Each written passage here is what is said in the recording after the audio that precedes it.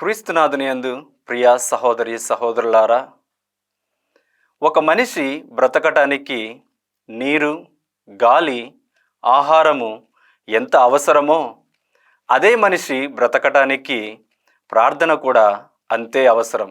ఈ ప్రార్థన ఒక మనిషి ఆధ్యాత్మికముగా జీవించడానికి మరియు దేవునికి దగ్గరగా జీవించడానికి ఎంతో సహాయపడుతుంది. ప్రార్థన అంటే ఏమిటి? ప్రార్థన ఏ విధముగా చేయాలి? ఎటువంటి ప్రార్థనను దేవుడు అంగీకరిస్తాడు అని చూసినట్లయితే, ఈనాటి సువిశేష పట్టణంలో క్రీస్తు ప్రభువారు ప్రార్థన అంటే ఏమిటి, ప్రార్థన ఏ విధముగా చెయ్యాలి, ఎటువంటి ప్రార్థనను దేవుడు అంగీకరిస్తాడు అని చూసినట్లయితే, ఈనాటి సువిశేష పట్టణంలో క్రీస్తు ప్రభువారు ప్రార్థన విధానం గురించి చక్కగా వివరిస్తూ ఉన్నారు. లూకా శుభవార్త 18వ అధ్యాయము 10వ వచనము. ప్రార్థనకై ఇద్దరు దేవాలయమునకు వెళ్ళిరి. ఒకడు పరిసయ్యుడు, మరొకడు సుంకరి. తానే నీతిమంతుడు అని చెప్పుకొనుచు, తనను తాను హెచ్చించుకొనుచు, తనను సృష్టించి అన్నీ తెలిసిన దేవుని ముందు, నేను ఇటువంటి వాడను కాదు, అటువంటి వాడను కాదు, నీ ఆజ్ఞలను ప్రతిరోజు పాటిస్తున్నాను అని తన్ను తాను హెచ్చించుకున్న పరిసయ్యుడు దేవునికి దూరముగా వెళ్ళాడు.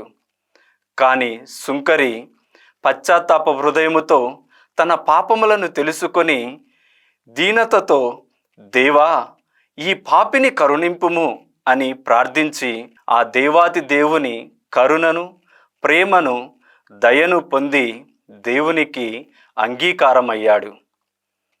కావున ప్రియ సహోదరి సహోదరులారా, మన జీవితంలో కూడా మన ప్రార్థన పరిసయ్యుని ప్రార్థనలా ఉందా, లేక సుంకరి ప్రార్థనలా ఉందా అని ఒకసారి ఆత్మ పరిశీలన చేసుకోవాలి.